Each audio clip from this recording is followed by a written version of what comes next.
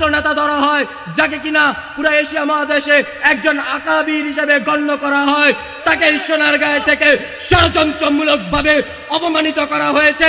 কোথায় তোমরা? আজ আসো, দেখো সে বীরের বেশে সোনারগাঁয়ে আসতেছে, বীরের বেশে পদার্পণ করতেছে। তোমরা আসো, দেখি তোমরা আবার কত ষড়যন্ত্র করতে পারো। মাধ্যমে হাজারো মায়ের সন্তানের হত্যাকারী শেখ হাসিনাকে ধরে বাংলাদেশের বিচার কার্যকর করতে হবে। গণ অভ্যুত্থানের চেতনার বিরুদ্ধে যারা কথা বলবে, পিঠের চামড়া থাকবে না। এদেশের মানুষ আর আওয়ামী লীগের রাজনীতি করবে না। আওয়ামী লীগের রাজনীতি মানুষকে হত্যার রাজনীতি, আওয়ামী লীগের রাজনীতি লুটপাট আর দুর্নীতির রাজনীতি, আওয়ামী লীগের রাজনীতি সাম্প্রদায়িক উস্কানি দিয়ে সাম্প্রদায়িক সংঘাত তৈরি করবার রাজনীতি, আওয়ামী লীগের রাজনীতি গুম আর খুনের রাজনীতি, আওয়ামী লীগের রাজনীতি আমার তাগড়া তাগড়া যুবক সন্তানদেরকে মায়ের বুক থেকে কেড়ে নিয়ে গুমের রাজত্ব কায়েম করবার রাজনীতি। এই রাজনীতি আর বাংলাদেশের মানুষ, বাংলাদেশে আর এই রাজনীতি করা যাবে না। শেখ হাসিনাকে বলতে চাই, পালিয়ে গেছেন ভারতে। বাংলাদেশের 1 ইঞ্চি মাটি, বাংলাদেশের 1 ইঞ্চি জলপথ, নৌপথ এবং সড়ক পথ পালিয়ে যাওয়ার জন্য এদেশের মাটি আপনাকে সহযোগিতা করে নাই। আপনি এই দেশের মাটির সঙ্গে গাদ্দারি করেছেন। আপনার রাজনীতি ছিল বাংলাদেশের মানুষ থেকে প্রতিশোধের রাজনীতি। আপনার বাবার 1972 সাল থেকে 75 সাল পর্যন্ত বাকশালী রাজনীতির কারণে 30 লক্ষ মায়ের বুক খালি করার কারণে শেখ মুজিবের নেতৃত্বাধীন শেখ মুজিবুর রহমানের কায়েমকৃত বাকশালকে এদেশের মানুষ উপড়ে ফেলেছিল। 30,000 মায়ের বুক খালি করে শেখ মুজিবুর রহমান সাহেব তিনি তার একক আধিপত্য বিস্তার করার চেষ্টা করেছিলেন। 15ই আগস্টের মাধ্যমে শেখ মুজিবুর রহমান সাহেব সপরিবারে নিহত হয়েছেন। সেই ঘটনা নিয়ে আমি আমার কোনো মন্তব্য করতে চাই না, কিন্তু বলতে চাই 15ই আগস্টের ঘটনার মূল্যায়ন করতে হলে তার আগে সিরাজ শিকদার সহ বাংলার মাটিতে হত্যাকাণ্ডের শিকার 30,000 যুবকের হিসাব দিতে হবে। তার আগে হাজার হাজার আলেমদেরকে 1971 সালের মুক্তিযুদ্ধ পরবর্তী সময়ে বিনা বিচারে যাদেরকে কারারুদ্ধ করে নির্যাতন করা হয়েছিল সেই হিসাব কষতে হবে। সেই হিসাব না কষে শেখ হাসিনা ঘোষণা দিয়েছিলেন যে দেশের মানুষ তার বাবাকে খুন করেছে তিনি সেই দেশের মানুষ কাছ থেকে প্রতিশোধ নিয়ে ছাড়বেন। সেটা তার 75 সালের ঘোষণা ছিল শেখ হাসিনা। 50 বছর রাজনীতি করেছেন 75 সাল থেকে 2024 সাল। 24 সালে এসে আজ কথা বলতে দ্বিধা নেই। শেখ হাসিনার 50 বছরের রাজনীতি ছিল বাংলাদেশের মানুষের বিরুদ্ধে প্রতিশোধ গ্রহণের রাজনীতি। শেখ হাসিনার 50 বছরের রাজনীতি দেশকে তলবিহীন ঝুড়িতে পরিণত করবার রাজনীতি। শেখ হাসিনার 50 বছরের রাজনীতি ছিল বাংলাদেশের মানুষের মধ্যে একটি এমন বিভক্তি তৈরি করতে এই জাতি যেন আর কোনোদিন ঐক্যবদ্ধ হতে না পারে। কিন্তু আজ বাংলাদেশের আবার বৃদ্ধ বনিতা এক কাতারে দাঁড়িয়ে গেছে। স্কুল থেকে আমার ছেলে মেয়েরা নেমে এসেছে, কলেজ থেকে আমার সন্তানেরা রাজপথে নেমেছে, মাদ্রাসা থেকে আমার সন্তানেরা হাতে হাত ধরে রাজপথে দাঁড়িয়ে গেছে।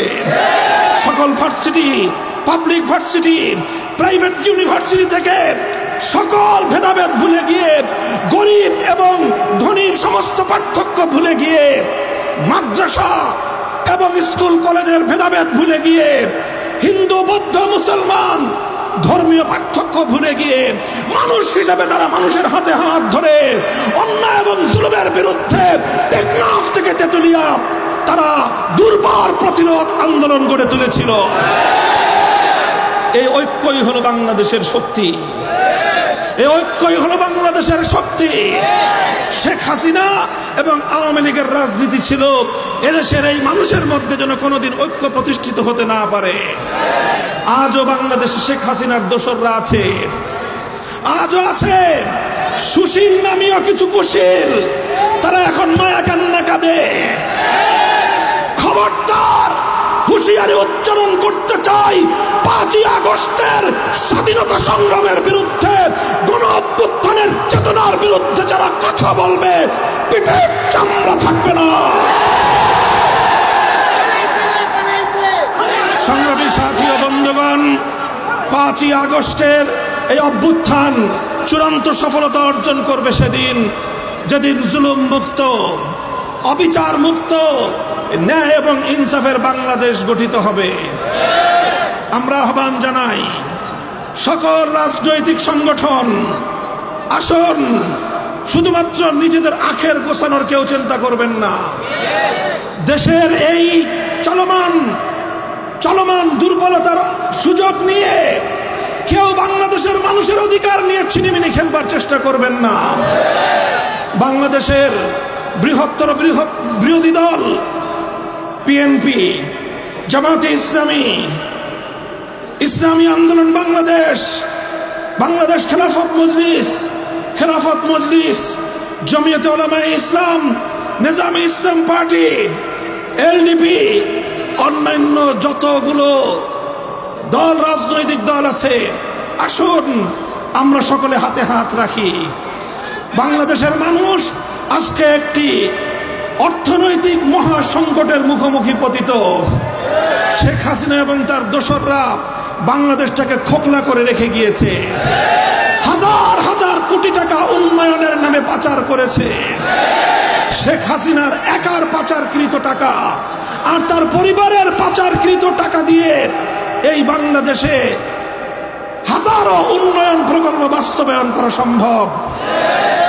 তাই আজকে আমি অন্তর্বর্তী সরকারের প্রতি দাবি জানাতে চাই, বিগত ফ্যাসিবাদী সরকারের পাচারকৃত সকল সম্পদ বাংলাদেশে ফিরিয়ে আনতে হবে।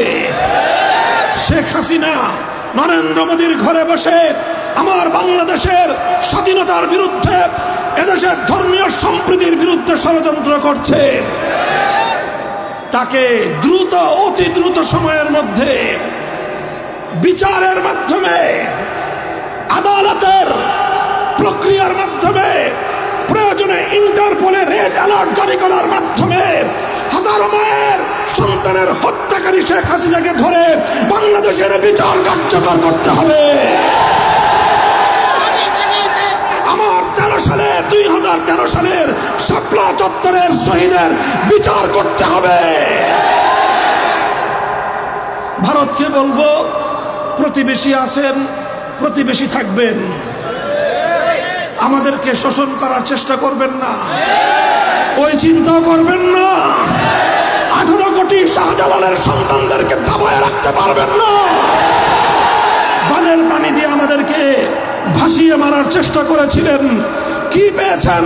এদেশের মানুষকে এই বন্যার পানি, দুর্যোগ আরো বেশি ঐক্যবদ্ধ করেছে। কাজেই সকল আন্তর্জাতিক শক্তিগুলোকে বলি, বাংলাদেশের আভ্যন্তরীণ বিষয়ে এদেশের মানুষের ধর্মীয় চিন্তা চেতনা, ধর্মীয় সম্প্রীতির আদর্শের মধ্যে নতুন করে কেউ বাগড়া বাঁধানোর চেষ্টা করবেন না।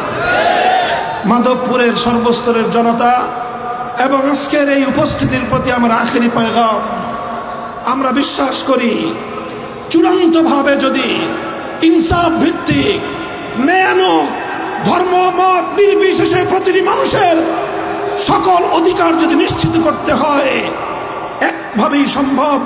তার জন্য একটাই রাস্তা, একটাই পথ, সেই পথ হলো সৃষ্টিকর্তা মহান রব্বুল আলামিনের পক্ষ থেকে প্রদত্ত রাজনৈতিক ব্যবস্থা, খেলাফত ব্যবস্থা বাস্তবায়ন করতে হবে।